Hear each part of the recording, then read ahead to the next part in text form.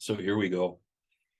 I'd like to start by saying this paper comes out of a book that I'm currently writing on symbol and social ethics in rural Christianity.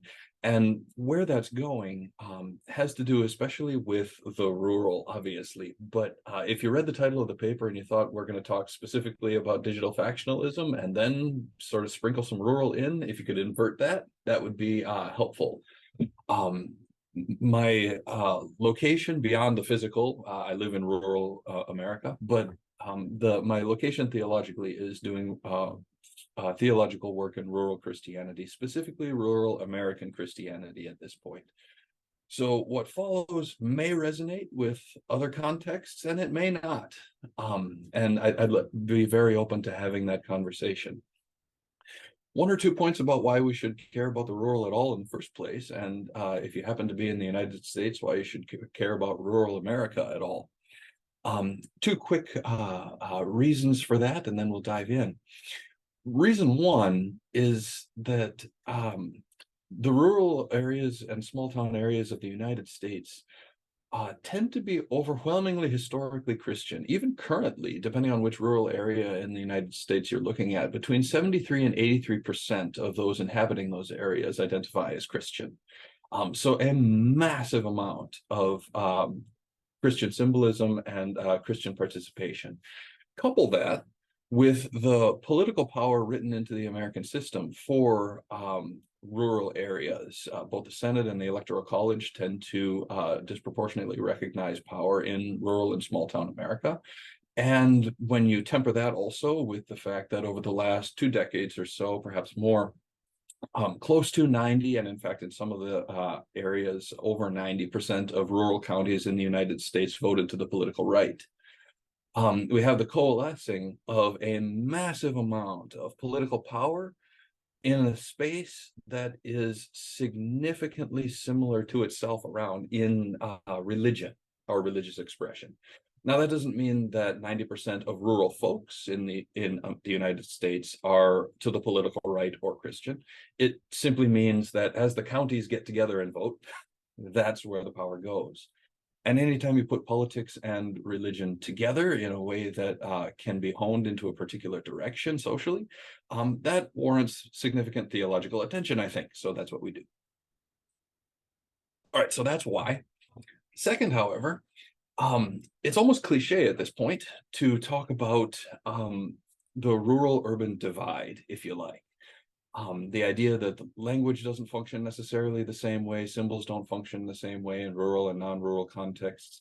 And I'd like to tell you a bit of a story to sort of get us there. And then we'll be beginning into this, what's going to be called this rural moral community, right? This story is paraphrased from Michael Yackel-Julin's book, Everyone Must Eat. Very nice book, do recommend. And it goes like this. In 1993, there was a significant amount of flooding in the rural Midwest, which is a significantly agrarian area of the United States.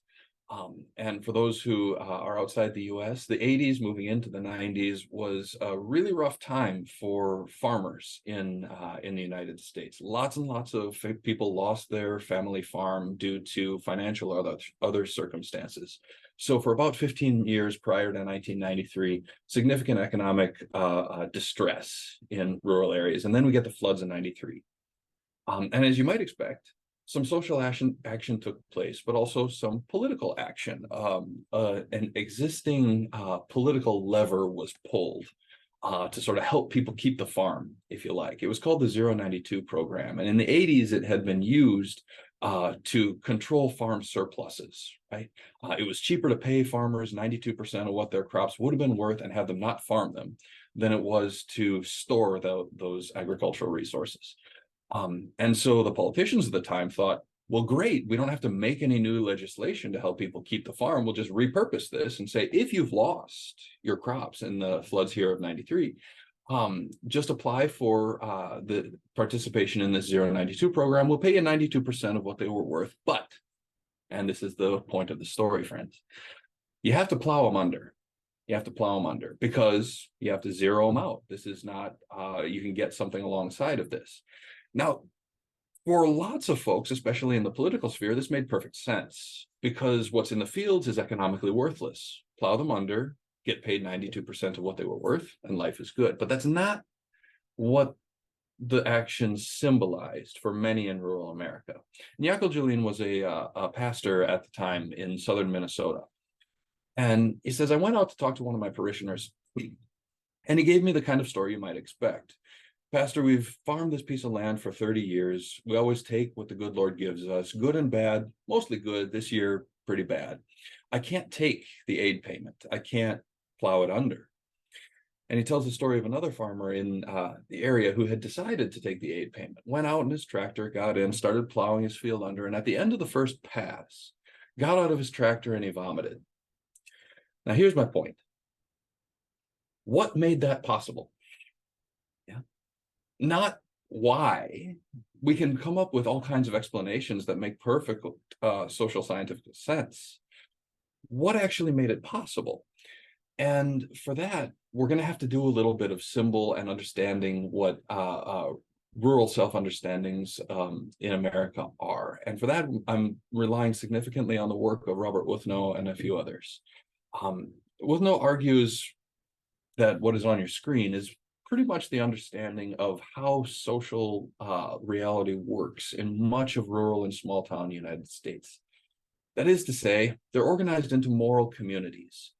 So if you have this idea of sort of the cowboy rugged individualism going on, it is maybe, but it's always referenced to a particular location, a particular community, which means that there are two poles, the first two listed here, that define what it is to be a rural or small town person in many areas of the United States. One, affective, feeling at home. Another, being connected to a particular local place. In Wuthnow's words, I'm going to pull this quote from him if that's all right. The moral community is a place to which and in which people feel an obligation to one another and to uphold the local ways of being that govern their expectations about ordinary life and support their feelings of being at home and doing the right things. Which means what we've got is two ways that rural identity is made. You feel at home, and you can look to a physical space, this local area with whose high school you went to, whose mascot you're familiar with, whose businesses you know, you remember which businesses were there and closed, all of this stuff, right? Those two poles sort of pull this together. And what that gives us, the third point, is an understanding of independence, if you want to move toward rugged individualism, that is necessarily shared. It goes beyond the idea that what I do affects those around me. It is buttressed by the recognition that if something goes wrong, it goes wrong for a long time, because we don't swim with significant financial or human resources in rural and small town America. They are both very limited and sometimes just not sufficient. But also, if things go well, that's also on us, right? And the us is very narrowly defined, both by the us that makes us feel at home and by the us who actually lives here, right? Who is physically here.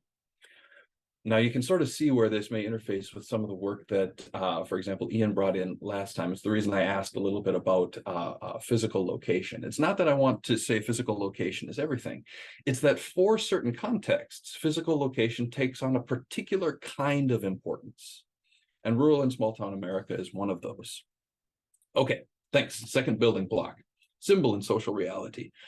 For those familiar with liturgical and sacramental theology, especially since the 1990s, you understand symbol not simply as representational. Unfortunately, this is not diffused significantly outside of liturgical and sacramental theology, it seems, but that's where I'd like to go. Symbol doesn't stand for something, it doesn't refer to something, it doesn't represent something, it makes something real. Right? So when the farmer gets out of the tractor and vomits, it's not that he was thinking about the deep meaning that these fields had for him. It's that the act of plowing them under made something real physically for him. Yes. That doesn't mean I can explain to you how this works. It means the experience itself is primary, which is the second point. Symbol is always contextual. If you're not from a rural agrarian context, I can explain to you why this works, and you might be able to see how it functions. But it doesn't necessarily do the same thing, such that if you yourself went out and started plowing under a field, it may not do the same thing to you. This is surprising, I suspect, to no one. That liturgy and religion are contextual is hardly earth-shattering. But this third point is where we're going. Yeah. As contextual mode shifts, so does symbol and social reality. I don't mean as context shifts, so also does symbol and social reality. That's obvious. I mean as contextual mode shifts, so does the social reality. So if my mode of church, for example, as we've been talking about, shifts from the physical location to online, so also does the symbol of what is online or what is physical. But I'm getting ahead of myself. We'll get there. The rural United States, as I had mentioned, has an overshare, if you like, of Christian representation, somewhere between 73 and 83%. And that builds two really powerful social symbols that are almost always at work in rural and small town understandings in the United States. One as the moral community. This is how I feel at home. This is how I know I'm doing the right things. This is where I am from. This is who I am. And second, the liturgical assembly. Now, it is also true that, at least if Pew is to be believed, regular church attendance in the United States is closer to monthly than weekly now. But that doesn't mean that the liturgical assembly is any less powerful of a symbol. I call it a symbol not because I think it's somehow representational of what Christianity is. Again, symbol doesn't represent things, it makes things real. It's important because, as the famed liturgical theologian Robert Hovda wrote back in, I think it was 1977 now, among the symbols between, or excuse me, this is a quote from him, among the symbols with which the liturgy deals, none is more important than this assembly of believers. And I believe actually the italics there are in the original, end quote. Right? That last bit about the italics is not in the original quote, obviously. The point is, what the liturgical assembly makes real resonates very strongly with what is already symbolically understood socially in rural and small town America. These interface and resonate. One builds up the other. And if you then understand that many areas of rural and small town America have, as part of their self-understanding, a deep sense of precariousness, you may understand also why these two symbols interfacing becomes so important. Many rural and small town areas are one natural disaster or one human disaster away from non-existence. I could tell you many stories, but I see heads nodding, and so I suspect this is not news to a bunch of folks, right? What that breeds is, among other things, a skepticism of non-local power. So centers of power, both political and religious, tend to have a bit of a hill to climb in embodying a bona fide in rural and small town American contexts. What that means then is that if we shift things in rural and small town America, we shift the very groundwork of what it is to be a people together, which leads us to the right-hand side of this slide, right? When social reality or religious reality is moved online, as perhaps we had to do in some ways during the pandemic, and as we continue to do since then, that tends to relativize one of the two poles I talked about earlier, locality, which means that once we've got, once we had the two poles of social emotivism, if you like, feeling at home, and necessary locality that tempers that, if we relativize the necessary locality, all we're left for the social building in rural and small town America is feeling at home, something that can be crafted very efficiently, both benevolently and maliciously online. it feeds into a kind of illusion that I can choose to whom I matter and who matters to me. And so what we end up with, and you can see this playing out currently in many areas of rural and small town America, is that the old narrative of neighborliness, I may not see eye to eye with you, but I nevertheless aid you because you aid me, we live next to each other, is dissipating. It's going away. Because if you don't actually see eye to eye with me, you don't matter to me anymore, because what has become bloated is the feeling of belonging rather than the physical of belonging. Now, again, let me remind folks, I'm not saying this is true in all contexts everywhere. I'm saying it takes on a particular character in rural and small town contexts. So let's keep going. I want to be very respectful of time here. So what does this have to do with Christian ritual? At least part of the title of this was about the liturgical community. I maintain that one of the symbols we're still good at reading, and there aren't many of them, is the symbol of those bodies gathered. Yes, it takes very little in theological acumen or in social awareness to recognize when a community has claimed you as its own, or to recognize when a community has said, you are not one of us. Yes. You get immediate understandings of that very often, just walking into a church building or a town hall, for that matter, in rural and small town America. Yes. That symbolism is more than simply, I can explain to you that you belong, or I can explain to you that you don't. That's not the language that's happening. That's the language of sign. It's the language of informational transaction. The language of symbol speaks more deeply, right? It makes something real, such that if you are claimed by a community, it is no longer a position of choice. It is a position of recognition. So also, if you find yourself ostracized by a community, placed outside of it, outside either the liturgical community or the moral community, it is again not necessarily a space for choice at this point. It is a space simply for recognition.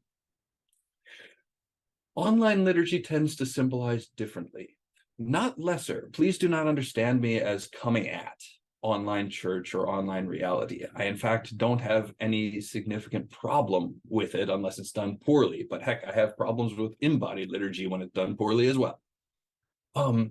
It symbolizes differently because while the gathering, thank you, Ian, is real and ordered toward very often the core of what Christianity is, to the degree that we can discern that core, it symbolizes in rural and small town Christianity in the United States something different because it doesn't have access to the physical locality that makes social reality in rural and small town America what it is. Which leads me to pretty close to my final point, actually. The moral community in rural and small town America is not something hypothetical.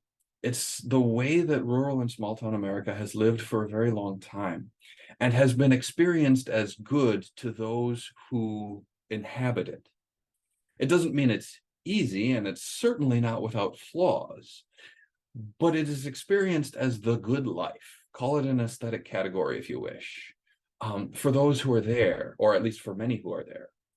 Now, there's still racism, xenophobia, bigotry, injustice, all of these things, just like there is in non-rural America. But it is a mistake to take non-rural categories of those things, apply them to rural and small town categories of those things, and say, this is what you must do in order to alleviate these evils. Rather, what begins is I'm sorry, the words are difficult for me this morning. What begins instead is a pilgrimage from this place to wherever it is we are going. And this place is the piece that matters. But this place is becoming increasingly decentered. In some cases, that's very good. You can push against whiteness, you can push against xenophobia, all with the decentering of this particular place. And at least in rural and small town America, that's about 75% white at this point. Used to be closer to 80 10 years ago, but now it's down to about 75. But when you lose that anchor, there's not a significant amount of understanding of what comes next. Because if you delocalize, that means something different in non-rural contexts than it does in rural ones. A massive amount of survivability is built on anchoring in the local in rural and small town United States contexts. Rural liturgy can serve and has served in many contexts as that kind of anchor. Not because oops, I'm sorry. View the show again. Whatever. I'll stop the share and we'll end this together. Where I'm going with this, the piece that last slide was supposed to gesture toward, is that when church moves online, and I don't mean simply liturgy, when the reality of the ecclesial community moves online, one of the unintended consequences that can be overlooked from centers of ecclesial power that may not refer to the moral community in the same way that rural and small town contexts do, is that the movement online causes a rural and small town ecclesial community to lose something that is not easily gained again in terms of identity. Yes. That's a significant loss for which we don't necessarily have a fix yet. Now, it's certainly a cause for discernment, what can be done, but it would require a re-understanding of how rural and small town America functions. And anyone who's spent a significant amount of time there can tell you change doesn't necessarily come easily in many of these contexts. Which gives me, a person who teaches at a seminary, significant pause, because as a number of denominations know, in the United States at least, a lot of first calls are to rural and small town contexts.